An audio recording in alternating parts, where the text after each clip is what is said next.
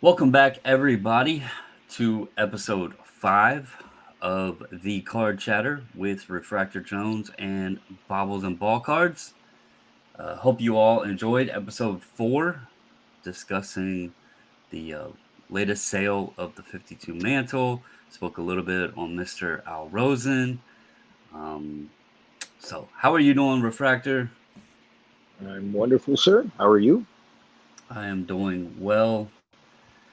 All right. So there has been some other topics here, and we want to be sure that we keep our talks within, like, just as a couple hobbyists out here. Again, for full disclosure, anything that we speak on here is either just our experience, maybe to throw some entertainment, hopefully some education at times. But most of all, I want it to be understood that many times folks mis uh, misinterpret things where sometimes it's just opinions as well, and you always do you and what makes you happy, but there are things that we want to discuss because maybe it does tie into how me and Refractor maybe collect, or something we see, or even we have hobby friends. Maybe something happens and it affects a hobby friend, so we do want to talk about it. But we also want it to be clear that not everything here is going to work or be everyone else's opinion. So just want to keep that clear. Um, one of the little tidbits on topics we have, and I think we'll go into it for episode 5 here. And as always, guys, we do appreciate all the support. If you haven't already, hit that subscribe button. Give the video a thumbs up if you don't mind. It does help the algorithm. And then, as always, comment below and let us know how we are doing. Are you enjoying the topics? Are you enjoying the conversations?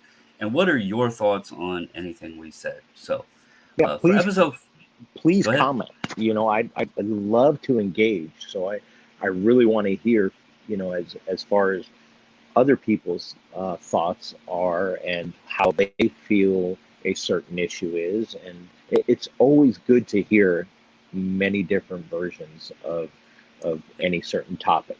It's Exactly. I something to be again clarify. As Refractor has reached out to me, he's had people ask him, and we have discussed it as well. We aren't doing this as like a live face to face, video type format. Although we are recording this and we can see each other, we are leaving this as just our thoughts, our topics, our conversation, right? And the key word there is conversation. We would love to have, if we could sit down in a video call with 1,000 different hobbyists and just have a huge conversation. Unfortunately, online is great, but we haven't gotten to that point yet. Um, so one thing we can do is we can have conversation through commenting and interaction and everything. And don't ever feel like you can't say, "Hey, you guys are two goofball idiots. You don't know what you're talking about," because that's a fair opinion.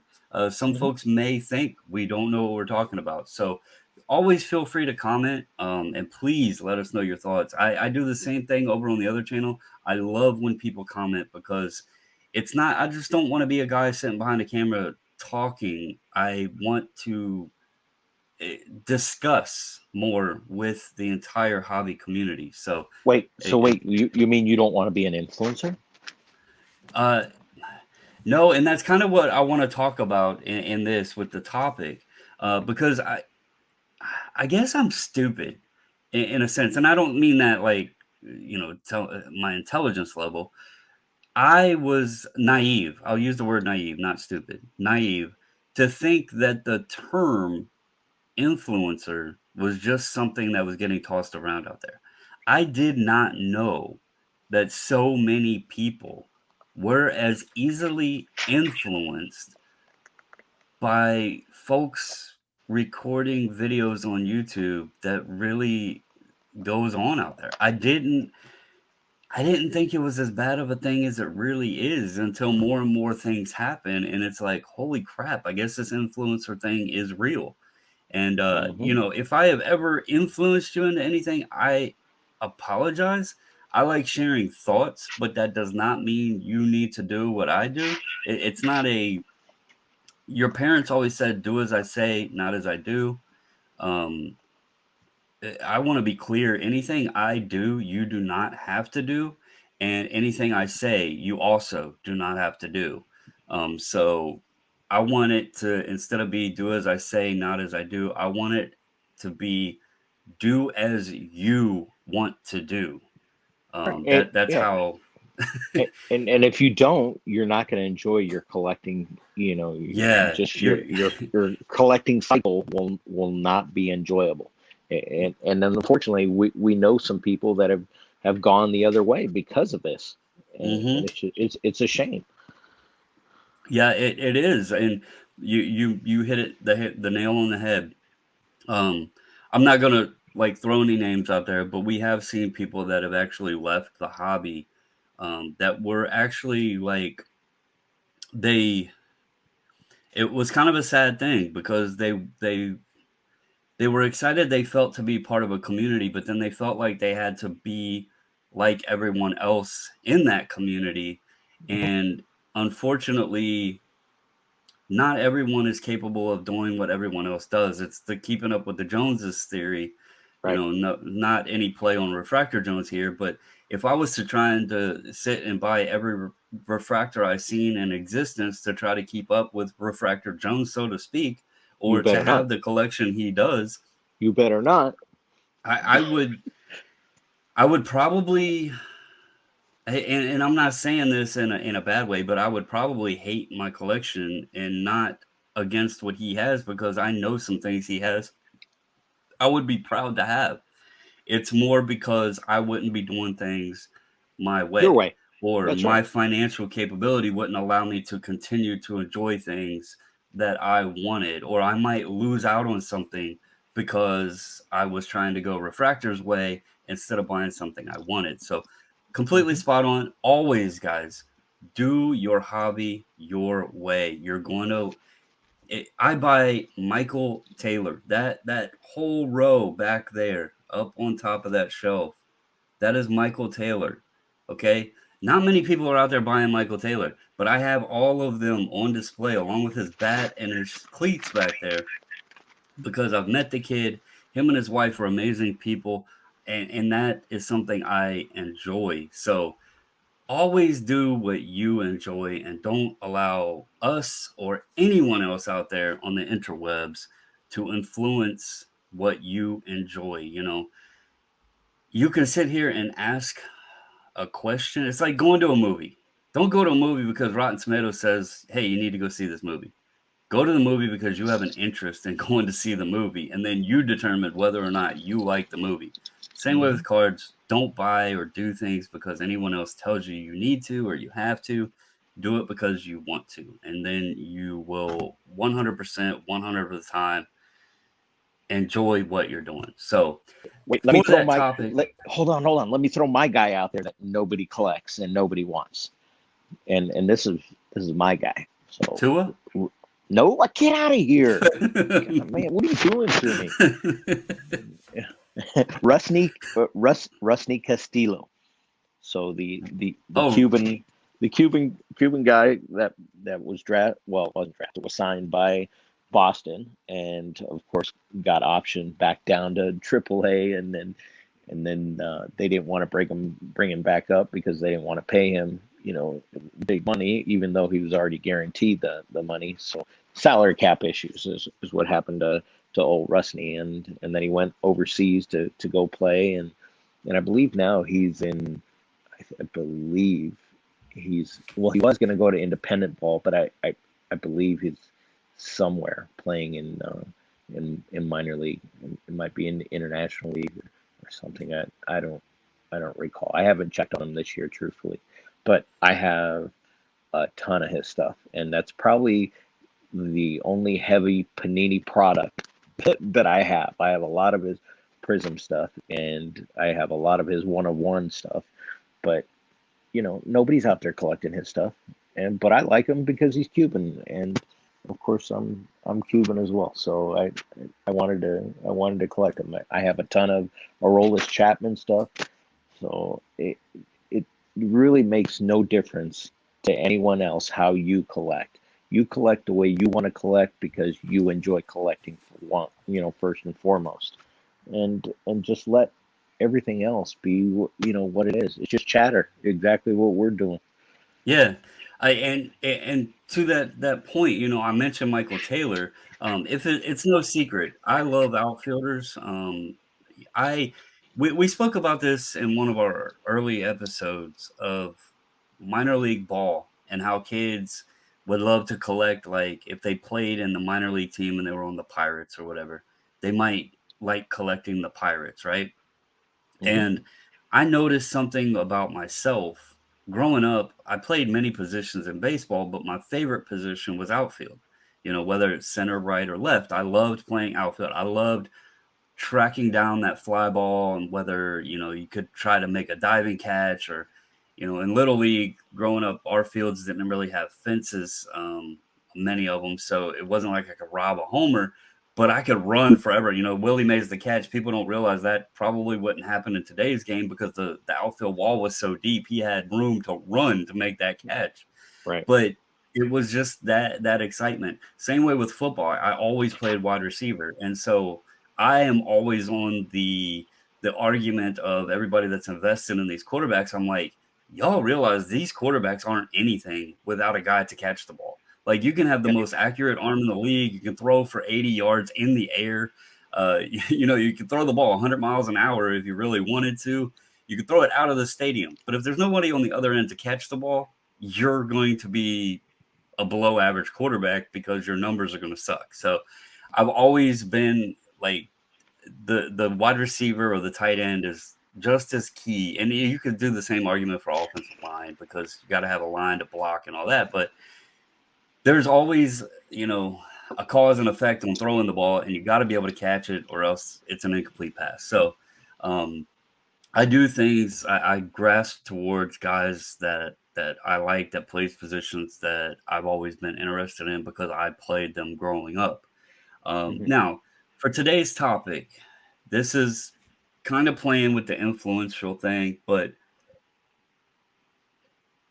does hobby popularity necessarily make you an expert? And this is a serious question because I always get on to people. If I ever hear JD from the group, JD Sports Cards, he's said it on his videos at times, and I've heard others say it. And it almost makes me like want to grit, my teeth or whatever and be like, no, that's not it. But they'll say that like they'll use that term expert. And I always correct people. And I tell them I don't ever want to be considered an expert because in my eyes, an expert is somebody that is just they have all of the knowledge out there. They know everything. Now, I might know a lot about one particular thing or this particular thing, but I do not, and I would never claim to know everything. It's just impossible. The beauty of this hobby and friendship is though, is someone like yourself, if I don't know, I can reach out to you. If you don't know, you can tell me, hey, go hit this person up. Do you feel that sometimes folks look at people who are popular in the hobby? And this can tie into the last episode. Did you find that Al Rosen, even though he was popular, to be an hobby expert? Does popularity make you an expert? Well, of course it doesn't. And let me first start by saying, JD, we missed you at the National, and I'm still hungry. Still didn't get to go out to eat. So hopefully next year I'll see you in Chicago because I can eat, and I'm still waiting on eating. Man, So shout out to that sub place in Atlantic City. I never thought that I could eat the same thing that many times in one week, but those subs and James's Pizza, yeah, holy smokes, man, that was some good eating for that week. So shout yeah, out there. yeah, absolutely. To be an influencer now, it's kind of like you're in high school again. It's the popularity contest.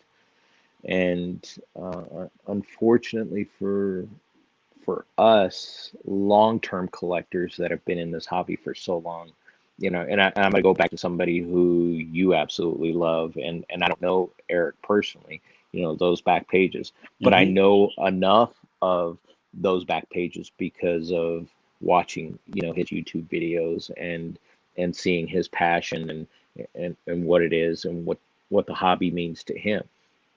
Now, he's not an influencer. Why? Why isn't he an influencer?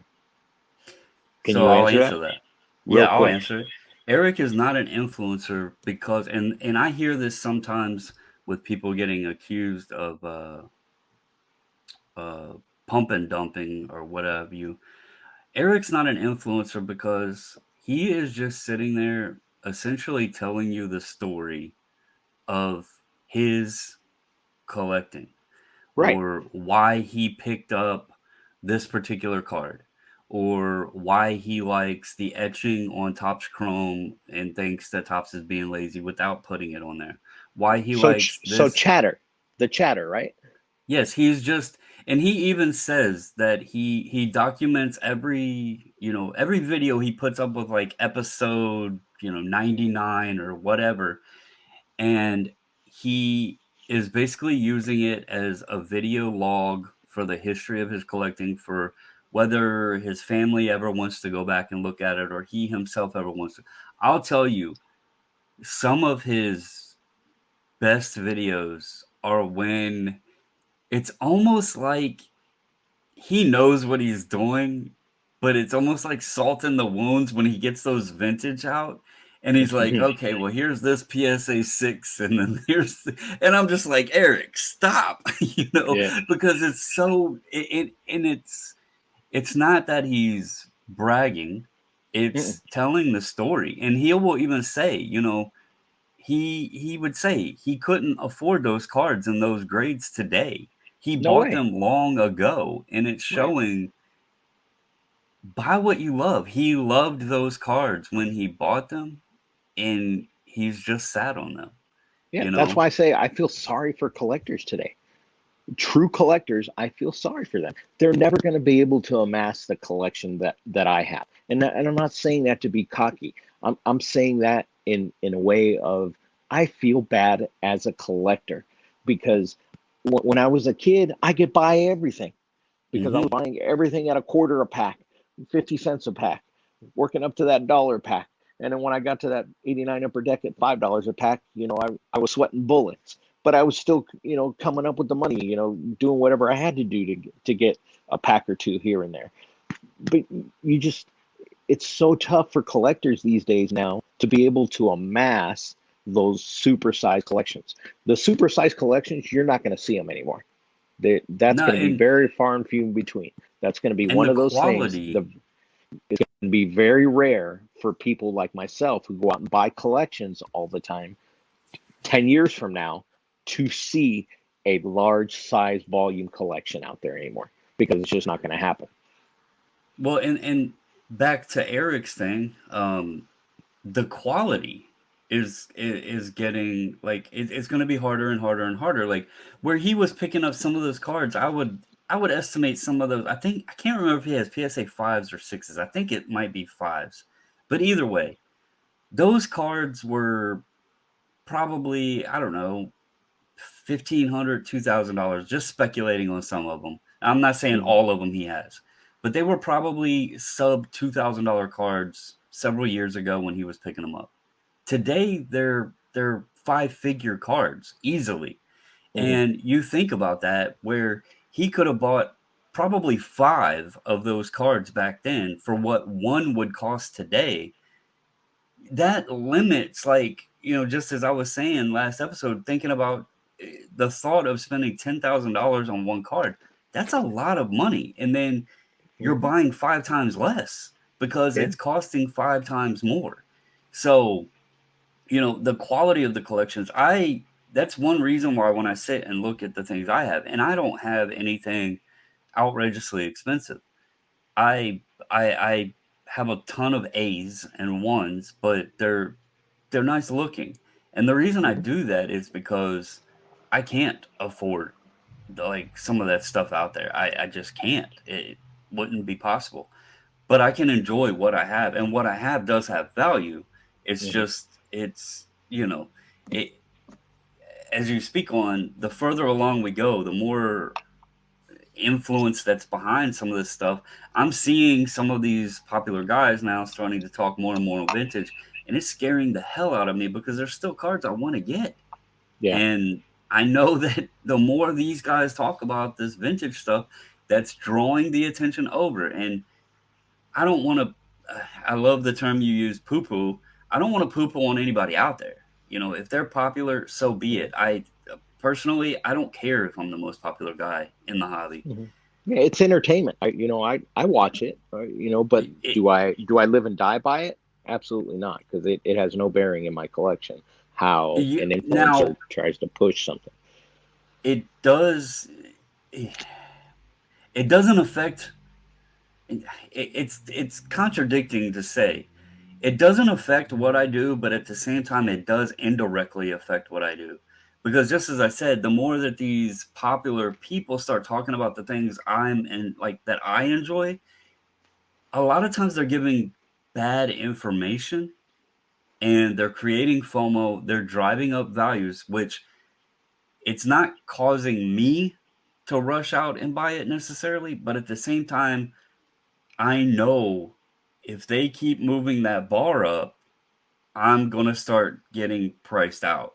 Hmm. So that's why it gets frustrating sometimes because it's like it's great for people to move into that aspect, but a lot of times things aren't being shared naturally or Honestly, effectively, honestly. honestly, Yeah, honestly. honestly, Um, honestly. and it then pushes a market and it does affect others that are inside of that space. Hmm. Um, Now, but back to the point.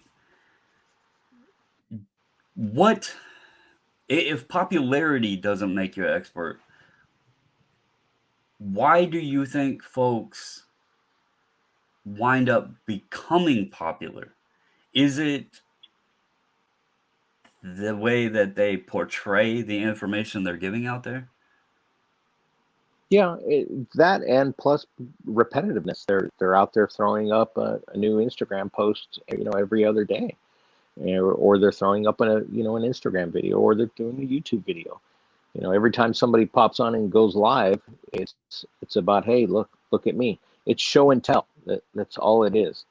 And when you see somebody enough, you get used to them, and you start to say, okay, well, I'm starting to follow this person. I see this person all the time, so they must know what they're talking about. So I guess I'm going to watch them all the time. And then people start taking things to heart, to what they say, and that's where the whole term of influencer comes in. They start getting influence, and they want to start buying what they're pushing, or whatever they're speaking of. And there's some guys that are out there that just, eh, we're not going to single anyone out. So I mean, but there's guys out there that are just in it for the almighty dollar, and they're an influencer because of the almighty dollar and nothing else. But there's guys out there that are truly passionate about something that they may like, and they're considered influencers. So it's Yeah, more, the more you show your face, the bigger influencer you become.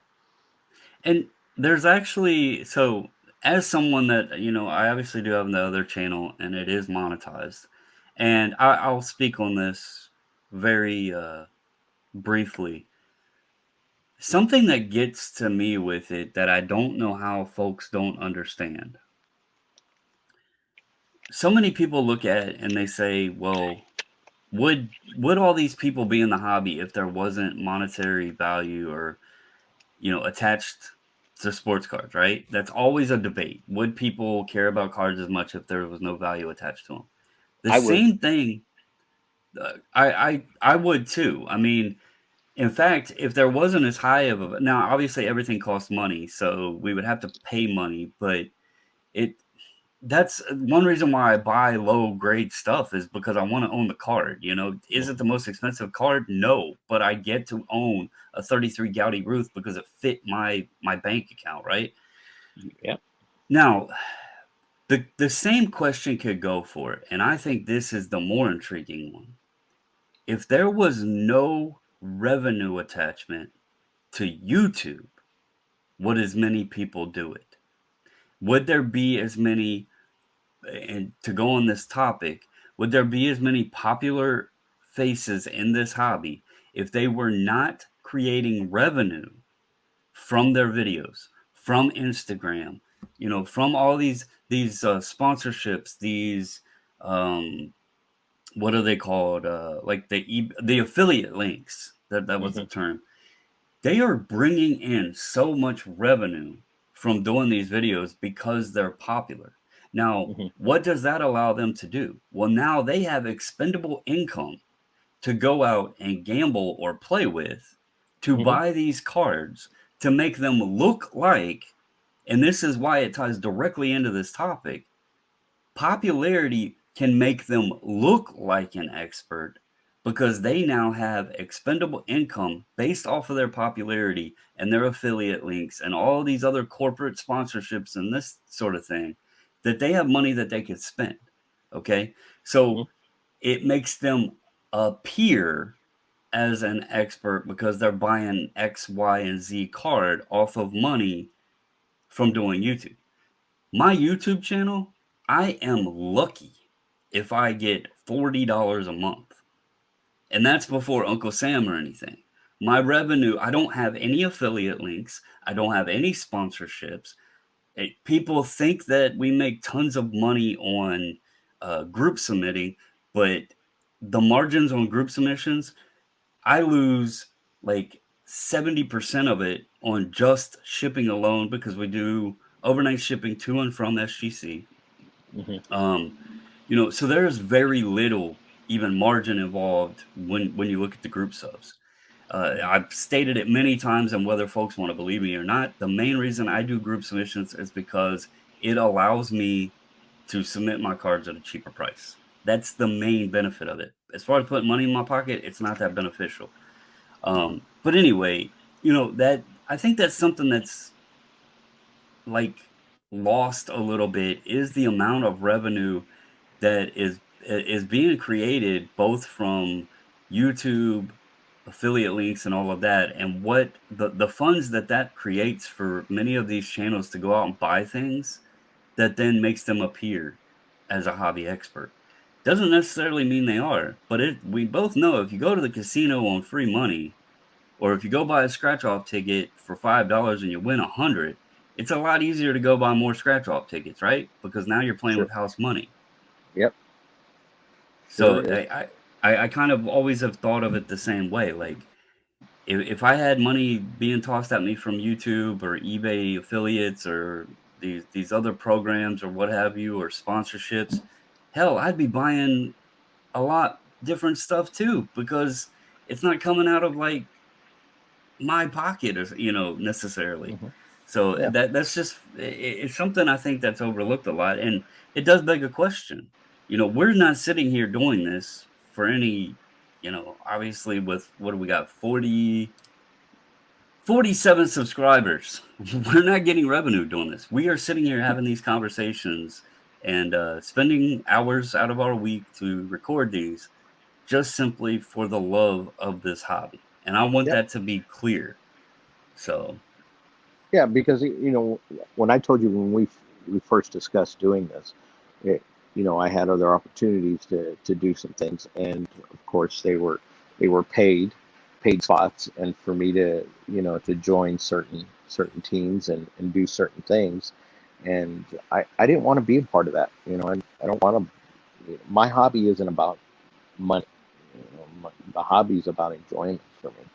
So, I don't need an influencer, or I don't need to be an influencer to influence somebody in any type of way. I want you to be able to take what I say and take it, absorb it, and say, hey, how can I tweak that and use that to my advantage in my collection? or how can I use his experience that he had with this certain set, or he did whatever he did. How can I make that work for me in a better way to where I don't have to spend a lot of money? It's really what the hobby's about, you know. And like you said, the friendships are key, because how are you going to ever find anything that you really want unless you have friends out there hunting for you? Right, and that's one beautiful thing that I have, like, absolutely if somebody asked me, "Look, if you weren't monetized, would you still do YouTube?" I would say absolutely, 100%. Now, I don't I try, but with so many other things going on, I don't always get to do it.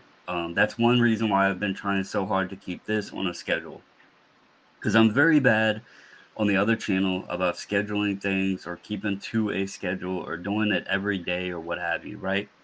Hmm. And part of that is because I have accepted that my YouTube channel is just an extension of my hobby. Like, I get Hmm. on there, I like to do videos. Sometimes they're fun, sometimes they're informational, sometimes they're sharing a mail day, sometimes they're doing previews, sometimes they're a random thought that pops into Bobble's head. My video yesterday was to put some information out that I found very questionable with eBay's new authenticity guarantee.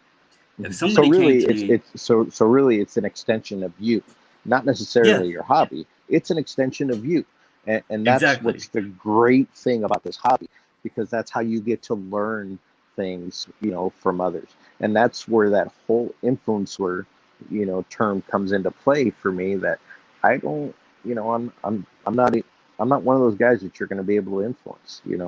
I've been approached by those big guys, and big auction houses, and that doesn't influence me. It doesn't make me go, ooh, I'm never starstruck. I've seen plenty of stars. I want to Stars. say I want to say too, though, when we speak of the term influencer or being influenced, I don't want to take it all as negative. No, it isn't negative. Um, It's great. It's entertainment. well, more so like, and you mentioned those back pages. I'll tell you another channel and a guy that I have to give a lot of credit to Alico. for, yes, Alico 3. Uh-huh, His I knew it. channel, his channel is really the reason that my channel, and he probably doesn't even realize this, but it's where a lot of stuff and where I am at now 2.5 years later was because of him, because I love sitting down watching his grading reveals. Like, that kind of stuff is fun to me, watching grade reveals, um, mail days. I love seeing what people are buying and enjoying, and as like flipping Steve when he does his mail days and he kind of goes over why he bought this or this or this. That's kind of fun to me because I'm seeing, what does he enjoy? Hmm. Just as we sit here and talk and have this conversation, it's like he's having a conversation with others and kind of speaking through why he bought certain things and sharing it. Hmm. Eliteco doing his, like, he doesn't tell anybody to use any particular company. He's not tied to just PSA. He does use SGC, but he also He gives. was he was always very heavy though on PSA. Yeah, he was, yes, yes, he Yeah. was, but he's also authentic enough to say, I don't think this card was graded properly. I'm Yep. not going to keep this in my collection. I'm going to sell this because I don't like the way it looks. Yeah. Or he will come right out and say, hey, I'm selling these cards raw. They probably have a defect because they didn't fit my bill of grading. And he doesn't keep it a secret that he grades so many cards, right? Sure. He's not influential in a sense that I need to go buy this, or this, but But he could be though, because if he would show his oh, face more, and he would put himself out there, he would be just as big as anybody else. Can oh you yeah, imagine if and he just put out types of videos that, let's just say, like Chris does, Chris Sewell. yeah. If he did videos like Chris would do regularly, he would just, I mean, he would be out there. He would be one of the biggest guys out there, and people would be following him, and they would swear by every single thing that he did. And the funny thing is, he used to do Hmm. his whiteboard segments where he Hmm. would like stand there, and it was like, so the videos are so old that we didn't have this technology now where you could like share screens and all this other stuff. So he would set a camera up and do these whiteboard points like about topics and stuff with just a dry erase board. Um, but I think he knew that he didn't. I don't think his plan ever is to be influential. Hmm. He just enjoys the hobby. Now, again, he is a prime example. Does he sell cards? Does he do this hobby to make money? Sure, but I don't think he ever cares either if he, I shouldn't say he doesn't care, but he understands that sometimes he's going to lose money. But at the end of the Hmm. day, that man has a really, really nice collection as well. So it's not, he's not just flipping, he's buying stuff like, I joke around, you will see him send the same cards in over and over and over, and not the same exact card, but he'll see a card that he just sees value in, and he'll keep Hmm. buying those cards. Hmm. And he'll say, I have a price where I'll be priced out on it. And I just think that's so, it's smart. Hmm. He's not going with the flow of what's popular today, or what's going to be popular tomorrow. He's buying a lot of the stuff he buys is like late '90s, early 2000s football. With Daniel Tomlinsons and Drew Breeses and Yeah. Tom It's what he, Brady's and yeah, it's what he knows, and he stays in his lane. right. He doesn't need anybody else telling him what he needs to do. He's happy where he's at, and that's how every collector should be. Be in your own lane, stay in your lane. Don't don't sit there and say, hey, okay, well, this person's doing this, so I have to do it that way as well. Just Exactly. And so that's why I actually brought him up, and why I wanted to tie him in with this statement. Because our topic has been, does hobby popularity make you an expert? And I don't feel that hobby popularity makes you an expert, but I do think I would classify Nolan as an expert, and maybe in certain just genres. I hmm. don't think he would ever say he's an expert on everything. He is, I would classify him as an expert on grading. I mean, the man's been doing it for what, 12 years now, and Hmm. as Yeah, God knows how absolutely. many thousands of cards. He's got a great eye for knowing what he's sending in and what his grade expectations is. So I would Hmm. definitely classify him as an expert in several different areas of this hobby. I don't think his popularity has made him the expert. I think his experience, his time involved, has turned him into the expert, which then in turn has made him popular. Hmm. And I think that's the proper way we should see things. You mentioned those back pages earlier. And when I met him at the National, I told him, like, we had a small talk, and I told him I thought it was absolutely ludicrous. Now, don't get me wrong. I know why my channel got to where it is. It's because I had a niche topic of SGC grading, and they were popular over the past 2+ years, and people were finding my channel off of that. Hmm. But I don't feel it's right that for as long as Eric has been doing YouTube, and the information and knowledge that that man has, that my channel, just because I was discussing a popular topic at the time, should have more subscribers than he does. I think guys like him should be up at the Upper Peninsula of the sports card hobby YouTube realm. There's other guys out there. I don't know all of them, but I know one. I actually reached out to him, Blue Jacket 66. He's very Hmm. knowledgeable on the 49 Bowman set. I had a question about a card I wanted to ask him about. Um, there's so many people out here that, and I think this is where the content and the influencer stuff has gotten twisted, is the popularity is making it look like these people are the experts, and really the experts need to be more popular. Hmm. Yeah, it's very true. I mean, there's a lot of guys that are in this hobby that have been in this hobby for a long, long time, and they have one, the experience, and two, the knowledge. And the only way for you to attain that knowledge is the longevity in the hobby, and that's where people should really try to gravitate to those guys that have that longevity in the hobby and learn from them, because that's the only way you're going to be able to understand certain things. And again, you can't know everything. I couldn't tell you anything about any modern stuff like right now. In the last 2 years, I couldn't tell you a single thing. Nothing. Not to save my life. I'd be dead. Dead, dead, dead in the water. But I don't care to know any of that stuff. Are there experts in it? Absolutely. But if you ask me anything going back from the 50s all the way up to let's say 2013, 2014, I've got you.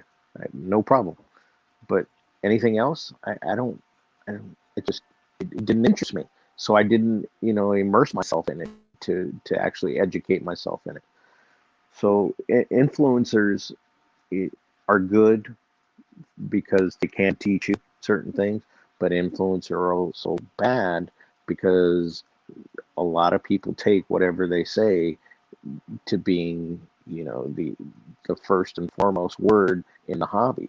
And it should be. You should be able to get a lot of different versions of the hobby and put it all together for yourself. And again, turn it to how it becomes a play in your collecting, not in how they're telling you how to collect. Yeah, that's kind of something. I did a video. I guess it was probably 4 or 5 days ago now. I can't remember exactly what day it was, and it probably came across as I was being a little snarky, but it was kind of a prime. Was that the mic drop? Yeah, that was the one. Speaking The on mic Neo, drop. and you were in the group. You've been around the channel, and the reason I did that video, and that I tried to just ignore things like because there's some hobby drama going on out there. There's some channels that I really can't stand to watch. Um, but the reason I did that video, and I even mentioned in the beginning, I giggle in the beginning of it, and I mentioned in the beginning that I was trying to do it lightheartedly and kind of in a funny tone, and I don't think I portrayed it across the way I actually wanted to. The reason, like, I didn't even have a mic, that was all photoshopped in there. But anyway, um, the reason I did that video was it's one thing to play an algorithm and be popular and give information and people like I mentioned earlier, I thought the term influencer was really a gimmicky term. I didn't know that people actually were influenced as much as they were until I've heard it recently. Well, so and so said this. So and so told me this. So and so, and I'm just like, Mhm. are you kidding right now? You know? And they'll actually like deflect if you try to help somebody and they're like, well, so and so said this. They'll deflect it as if you just don't know what the hell you're talking about. Right. And it was almost perfect timing when Neo did his video because I listened to it and I was actually laughing because not at him necessarily, but because I was like, I literally could have written this entire script for the video he just did. Like, I have done these videos so many times over the past 2 plus years that he argued with me about. That's the reason I did the video because he had argued the topic that he was now telling folks. And it kind of was like, okay, it finally got through to him that this can work, you know. But the other thing was the timing of him now coming out with this was a little odd to me. And it was just more it was prime proof of what we're talking about. Okay. He gets praised a lot of being spot on about certain things or what have you. He gets a lot more views than most channels out there. He's got over what 12,000 subs now, whatever, right? But does that make him an expert? Absolutely not. Just by comparing the fact that it took him 2 years, 2 plus years to finally sit and agree and say the same exact thing that he was arguing with me about 2 years ago. Nothing has changed over the course of time with the strategy I was doing that he just laid out for folks. Mhm.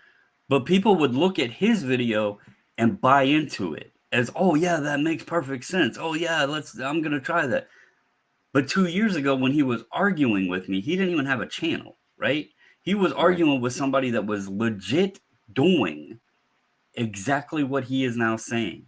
I was sending cards in, getting them back, selling them, sending cards in, getting them back, selling them. No different than what he's saying right now. And I was actually doing it. But he wanted to argue with me that it didn't make sense. Now that he's popular, people would look at him as being an expert and saying, "Oh, well, yeah, that now works." 2 years, 2+ years later, it now works, right? It's worked all along, Mhm. and it just like I spoke on, some of these sponsorships or um, affiliate links and all that stuff. I know why it's given. People pay more for Super Bowl commercials than they do for, 3 a.m. Channel 9 whatever commercials. Okay, there's more eyes on the stuff. Yep. But a lot of times people don't understand that some of these channels that get a lot of eyes on them, they just know how to play an algorithm. It's not Mhm. necessarily about what they know on the hobby. It's about what they know about the YouTube algorithm. Someone like yourself, you know 20 times more than I do or more, but you're not in there in that algorithm, right? So you're not out there being able to speak on that. And that's the beauty of what we're doing right here is because I can admit I don't really know the algorithm, but we've grown a little bit. Folks know who both of us are. I think more times, this gets put into the airwaves of us just sitting and chit and chatting about the hobby or cardboard, not trying to sell people off on anything. You specifically said you're a PSA guy. Obviously, I've used SGC for 2.5 years. We're sitting here on neutral terms. We don't care of who uses who for grading, and we are just talking about the hobby. We both have I probably could tell you some stuff about Prism basketball that you may not know, and you could tell me stuff about, you know, 90s tops or Fleer stuff that you've seen walk out the back door. We both Yep. can add a little bit of salt and a little bit of pepper to the conversation, and add a tasteful little discussion to the hobby, and that's the beautiful thing with this. And I am 100% honored to do this with you, sir. Do you have anything else to add on this topic of does popularity make you an expert? Maybe tell Yeah. folks what does make you an expert if it's not popularity. For me, there are experts in every field. I mean, even if you're, a sanitation worker, you're an expert at whatever you're doing in that department. So there's experts in every field. Whether you're a doctor, lawyer, it doesn't matter. There are experts everywhere. But what really makes you an expert in the hobby is knowing what you're saying. Don't don't just pull it out of your rear end, and don't just assume that you can throw anything out there and it's just going to stick to the wall because you have plenty of followers, and that's okay. I'm not, I'm just not that guy that has to have all those followers. Like, do I have a good following on Instagram? Yeah, but that has to do with a lot of the refractor stuff that I do. But on YouTube, nothing. I think I have like 20 something subscribers on YouTube, but I don't do YouTube videos. That was something that I did as an enjoyment with my youngest daughter at the time, and we did it Yep. for years, and that's all that was. So, and you know, if you're an influencer, I think you have a responsibility to the hobby to project this hobby in its best way possible. Don't don't project the hobby as the next cash cow. Because it's a hobby first. The money always comes. I, I mean, I've made plenty of money off of this hobby, and not because I wanted to or anything, because the opportunity was there, and I had to take it because if somebody was going to pay me X amount of dollars for something that I had a ton of, well, I had to go ahead and sell it because I'm out the next week again buying another big collection to sit there and make my collection happier. I And call it feeding the monster. You know, you it's just said a word that actually I do want to clarify, because I spoke earlier and maybe I need to make it more clear. I'm not going to sit here and say if someone can make money off of doing what they're doing that it's a bad thing. I just think that sometimes the reason that the money is tossed their way isn't necessarily about what they know. It's more about, again, they may not know everything about the hobby, but they know how to work the algorithm, or they know how to market their channel or whatever, Instagram, what have you, right? mm, But if opportunity is there, I'm not going to tell somebody, hey, if this XYZ company, or if this person wants to give you an affiliate or what have you, to don't do it, right? yeah, Because, in this world, you have to take what you're given. And I'm not going to sit there and hate on somebody for, really, it should come down to the companies themselves that are paying out this money. They need to know more about who they're paying it to, mhm, and the principles involved with that. That's more questionable than the person actually accepting the paycheck, I would right. think. Yeah, Um, very true. Remember, I discussed this with you before. Because I told you where I had a problem with some grading companies is that they don't go outside of their norm and reach out to people that have the knowledge in that particular field about a certain card and say, hey, could you give us your opinion on this? What should we be looking for on this card to tell us whether it's authentic or not? Because they don't want to look bad, and they don't want to look like, hey, we don't know what we're talking about. But you can do these things quietly. I mean, I oh have a yeah, relationship. I mean, I have a relationship with a grading company that calls me all the time about refractors. They'll send me pictures and they'll say, how is this distributed? Did this come out the back door? How many do you think are out there? And I give them my opinion, or I give them my knowledge that I do have on that said card, and they use that, to whatever they have to do, whether they're going to authenticate the card, whether they can go back to the person and say, hey, look, this is a sheet cut. We can't necessarily grade this card, and if we do, we're just going to have to label it as an authentic, or you know or just it's really really funny in this hobby how a lot of people work. They're afraid to ask other people for help, and that's silly. You really should ask for help. If someone is an expert in that field, ask them. It takes two right, seconds. right. What's the worst thing they can say? No, I don't want to help you. Okay, if they don't want And to help you, then you move on. There's other I, people that do know. I will say sometimes I,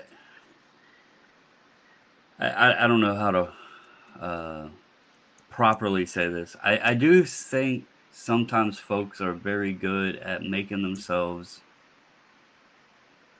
appear as they have more knowledge or experience than they actually have.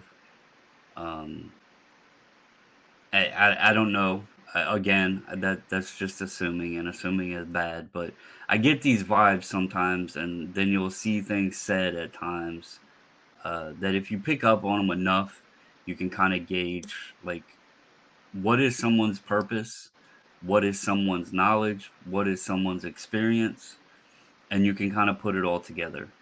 Hmm. I think, again, that's why I like to say, just because someone knows how to work the algorithm doesn't mean that they know how to work the hobby, so to Hmm. speak. Um, because that, at the end of the day, that's what YouTube boils down to. And as I spoke on earlier, with the revenues and all the other money that is involved into the content creator space now, sometimes, people learning how to work those algorithms and stuff to get that revenue and everything, it makes them look like they know a lot more than they actually do, because then they're going out spending money that they earned just off of doing some videos or what have you. So, Mhm. but I think that's a good place to cut for this episode. I hope you all enjoyed it. We try to keep it around 30 minutes, but as you see, again, we just love getting on here and talking about the hobby. Some of them are going to be extended episodes like this one. We're rolling into 1 hour, so I think we'll uh, call it here for this one, and we hope you comment below, let us know your thoughts, and stay tuned for episode 6. Thank you, everybody. Thank you.